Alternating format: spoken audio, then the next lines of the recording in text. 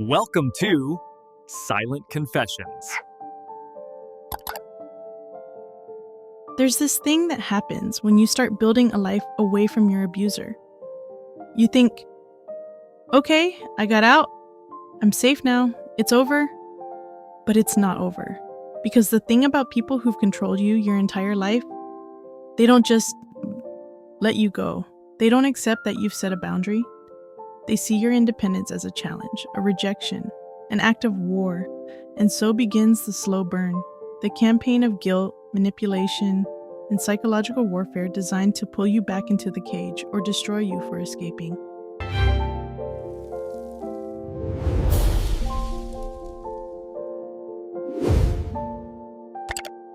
Three weeks after my 18th birthday, my mother walked into the library where I worked, and she brought an audience. I was in the quiet section, shelving books about marine biology.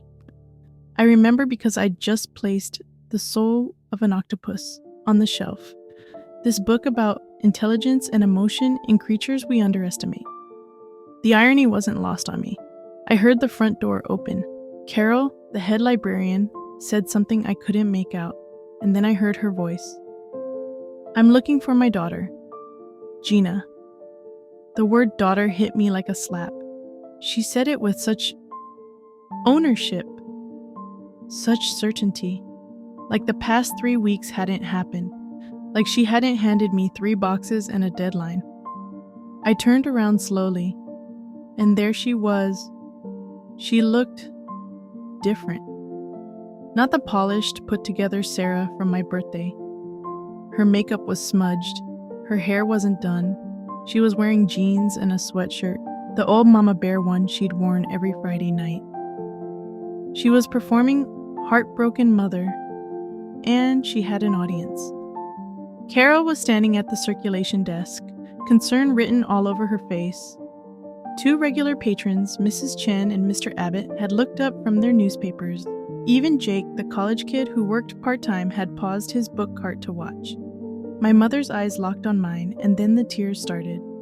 "Gina," she said, voice breaking. "Oh, thank God. I've been so worried." I stood there, holding the soul of an octopus, trying to remember how to breathe. "Mom," I said quietly, "what are you doing here?" "What am I doing here?" She laughed, this disbelieving, wounded sound. "You've been gone for 3 weeks. You won't answer my calls. You won't respond to my texts. I had to find out from a neighbor that you're working here." What was I supposed to do? Just let my baby disappear? Her baby. Carol started walking toward us. "Is everything okay?" "No," Sarah said immediately, turning to her. "Everything is not okay. My daughter left home 3 weeks ago without telling me where she was going. I've been sick with worry. I just want to talk to her." I felt the room shift, felt the audience's sympathy tilt toward my mother, this poor woman whose ungrateful daughter had run away without explanation. "Mom?" I said again, louder this time. "You kicked me out on my birthday. You gave me 3 boxes and told me to leave by sunset." Her face crumpled. "That's not... Gina, you're twisting what happened. We had a conversation about you needing to learn independence. I never kicked you out. I would never... You gave me a folder," I continued, my voice shaking but steady. "A folder full of homeless shelter addresses. You told me your job was done." Mrs. Chen gasped softly.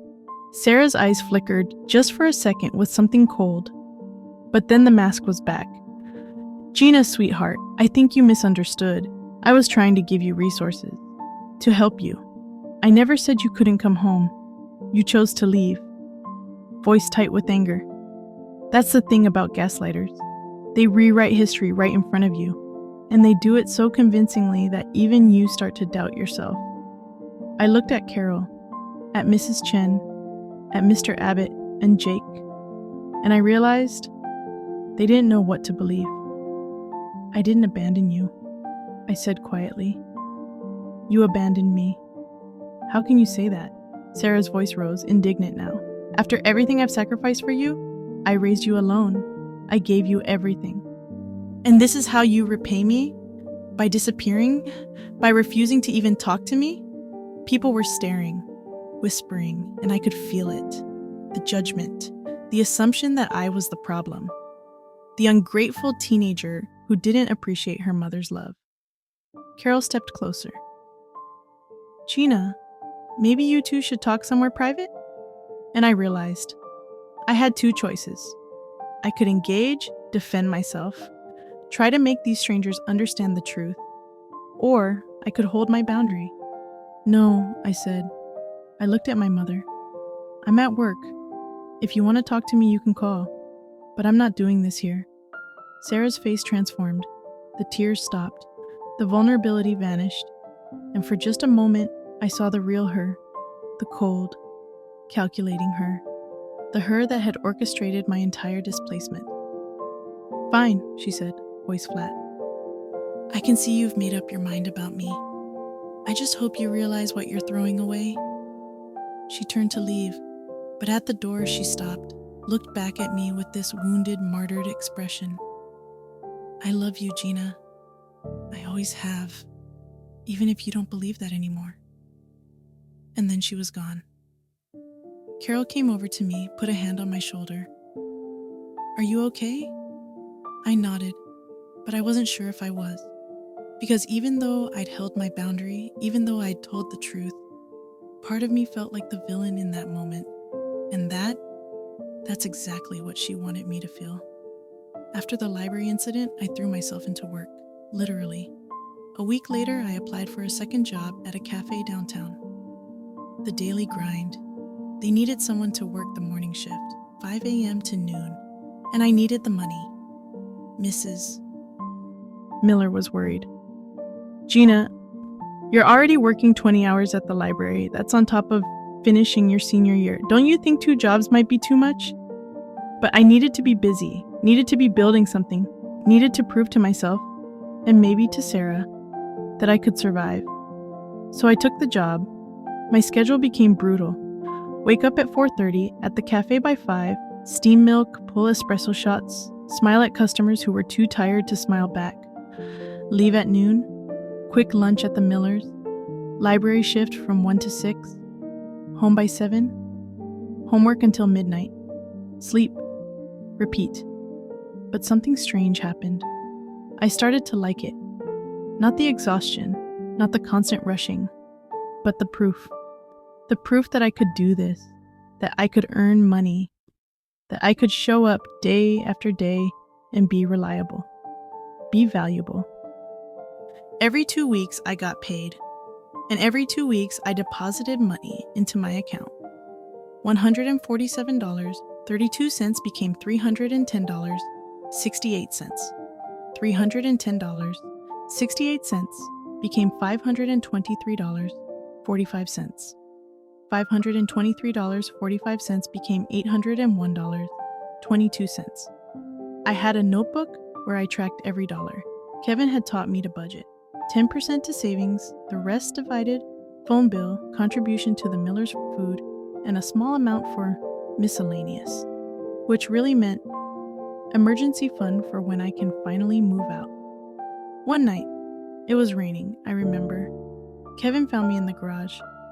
The Millers had this detached garage that Kevin had kind of claimed as his space. He had a workbench, tools, half-finished projects, and a little space heater that made it almost cozy.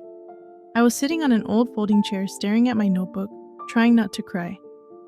Hey, Kevin said, closing the garage door behind him. You okay? I made $800, I said. My voice sounded strange, too high, too tight. That's great, G. No, I mean, I looked up at him. Kevin, 8 months ago, I had $0. My mom wouldn't let me work, wouldn't let me have a bank account. And now I have $800 that I earned. That's mine. Kevin sat down on a paint-splattered stool across from me. So why do you look like you're about to cry? Because it's not enough. The words came out before I could stop them. It's not enough to move out. Not enough to pay first month, last month, security deposit, Not enough for a car. Not enough for Gina. I stopped. You've been on your own for 2 months, Kevin said quietly. You have 2 jobs. You're finishing high school. You have $800 in savings. Do you know how incredible that is? It doesn't feel incredible. It feels like I'm barely keeping my head above water. Kevin leaned forward. You know what my dad told me when I started working? He said, success isn't about the destination, it's about the direction. You're moving in the right direction, Gina. That matters. I wiped my eyes. Your dad says stuff like that? Kevin grinned. He also says measure twice, cut once, and a job worth doing is worth doing right. So, take it with a grain of salt. I laughed. Actually laughed. And it felt good. Voice softening, Kevin and I sat in that garage for another hour, rain drumming on the roof, space heater humming, and he told me things I needed to hear. You're not responsible for her happiness. You never were. That one sentence, it cracked something open inside me. But she's my mom, I said. Isn't that what kids are supposed to do? Make their parents happy? No, Kevin said firmly. Kids are supposed to be kids, and parents are supposed to love them without conditions. What your mom did, making you her entire emotional support system, that wasn't love, Gina. That was using you. I heard Mrs. Miller say similar things, but hearing it from Kevin, someone my age, someone who understood what it was like to be young and trying to figure out life, it hit different. I feel guilty, I admitted. Every day I feel guilty for leaving, for not responding to her texts, for being okay without her. That's the programming, Kevin said. She spent 18 years teaching you that you owe her everything, that her feelings are your responsibility. It's going to take time to unlearn that. And then he said something I'll never forget. Gina, you know what love looks like? Real love? It's when someone wants you to be happy, even if your happiness doesn't include them. My parents want me to go to college across the country if that's what I want. They want me to travel, to have my own life, because they love me, not what I do for them. I thought about Friday movie nights, about hand squeezes, about you and me forever. And I realized Sarah never wanted me to be happy. She wanted me to be hers. The texts started getting worse. Week 1 after the library incident, they were sad. I miss you so much. The house is so empty without you. I drove past the library today, but I didn't come in. I know you need space, but I'm here when you're ready. I'm sorry if I hurt you. I never meant to. I was just trying to help you grow up. Week 2, they got desperate. Gina, please, I need to talk to you. This silence is killing me. I had a nightmare that something happened to you and I'd never get to tell you I love you again. Are you eating enough? Are you safe? I can't stop worrying about you. Week 3, they turned angry. I don't know who you've become, but this isn't the daughter I raised. The Millers have clearly poisoned your mind against me. You're going to regret this someday, mark my words. And week 4, they got scary. I saw you at the cafe this morning. You look tired. Are you sure you're taking care of yourself? She was watching me, following me. I told Kevin. He immediately told his parents. Mrs. Miller, always calm, always practical, said, we should document everything. Save every text, every call, in case we need to file for a restraining order. A restraining order against my own mother. But it got worse. Sarah started calling the Miller's house phone, showing up at the cafe during my shifts, not to cause a scene, just to grab a coffee and stare at me from across the room. She called the library 3 times in 1 week, asking if I was scheduled to work, and then she escalated. One afternoon, Mrs. Miller got a call at work. It was a woman, one of Sarah's friends from her book club, calling to tell Mrs. Miller that she should be ashamed for harboring a runaway. Gina didn't run away, Mrs. Miller said calmly. She was kicked out, and she's 18, She's not a runaway, she's a displaced adult. But the calls kept coming. Sarah had activated what Mrs. Miller called flying monkeys. People who believed Sarah's version of the story and were willing to harass us on her behalf. Kevin's girlfriend at the time, a girl named Ashley, even got a message from Sarah on Instagram. The message said, "You seem like a nice girl. You should know that Kevin's family is helping my daughter hide from me. I just want my baby back." Ashley showed it to Kevin, Kevin showed it to me, and I felt sick. "She's trying to turn everyone against me," I said. "She's desperate," Mrs. Miller said. "She's losing control. And people like your mother, people who've built their entire identity around controlling someone else, they don't handle that well."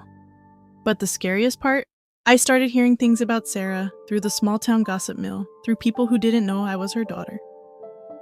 A woman at the cafe, a regular named Patricia, was talking to her friend one morning while I made their lattes.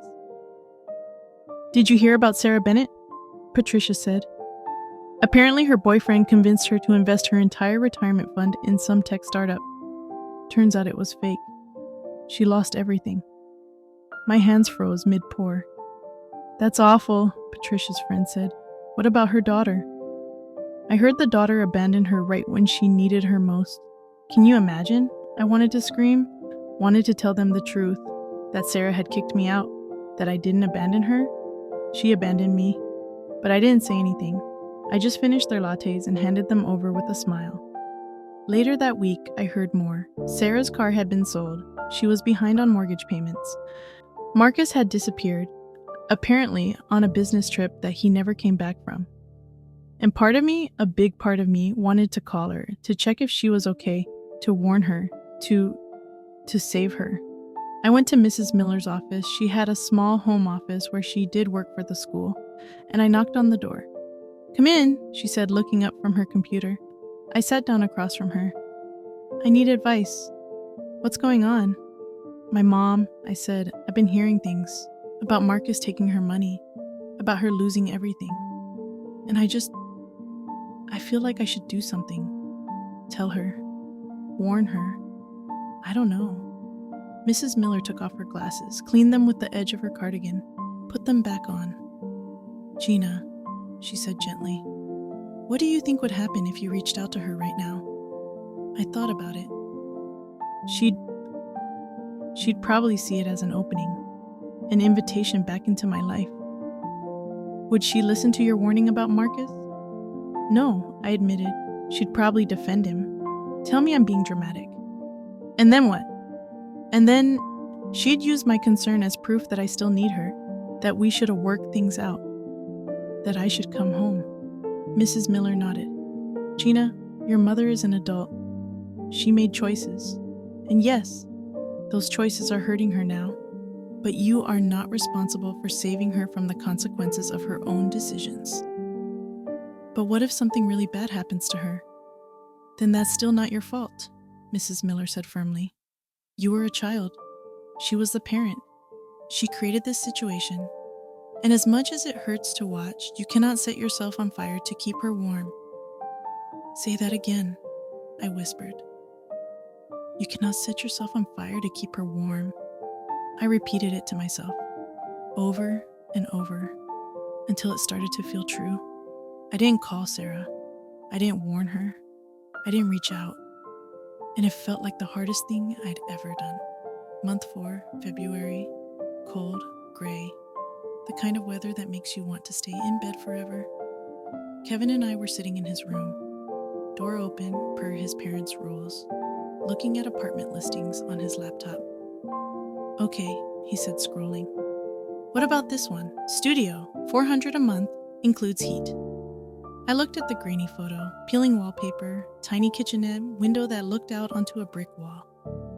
"It's perfect," I said. Kevin laughed. "You know that's sarcasm, right?" "No, I mean it." "Kevin, $400 a month? That's doable. I could actually afford that." He looked at me. "You're serious." "I'm serious. I've got almost $900 in savings. If I can save for 2 more months, I'll have enough for first month, last month, and deposit." Kevin's face broke into this huge grin. Gina, you're going to have your own place. I'm going to have my own place. I repeated, and suddenly it felt real.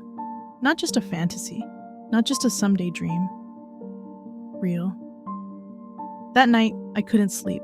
I lay in the Miller's guest room, my temporary sanctuary, and I thought about what my life would look like in 2 months. My own apartment, my own space, my own key. No one telling me what I could or couldn't do. No one controlling my finances.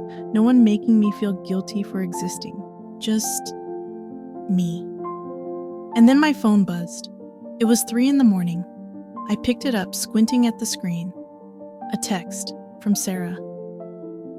But this one was different. It wasn't angry or manipulative or guilt-trippy. It just said, "I'm sorry." I stared at it for a long time, and then I deleted it. Didn't respond, didn't engage, because I'd learned something over the past 4 months. Sorry doesn't mean anything if the behavior doesn't change. And Sarah's behavior, the stalking, the harassment, the manipulation, hadn't changed. She was just trying a different tactic. I put my phone on silent, rolled over, tried to sleep, but I couldn't shake the feeling that something was coming. Something big. The next morning, the knock came. 6 a.m. I was getting ready for my cafe shift. The house was quiet. Kevin's parents were still asleep. Kevin was in the shower. Knock, knock, knock. Insistent, urgent. I froze. I just knew who it was. I walked to the front door, looked through the peephole, and there she was. Sarah. But not the polished, put-together Sarah from my birthday. Not even the performing, wounded Sarah from the library. This Sarah was broken. Her hair was a mess.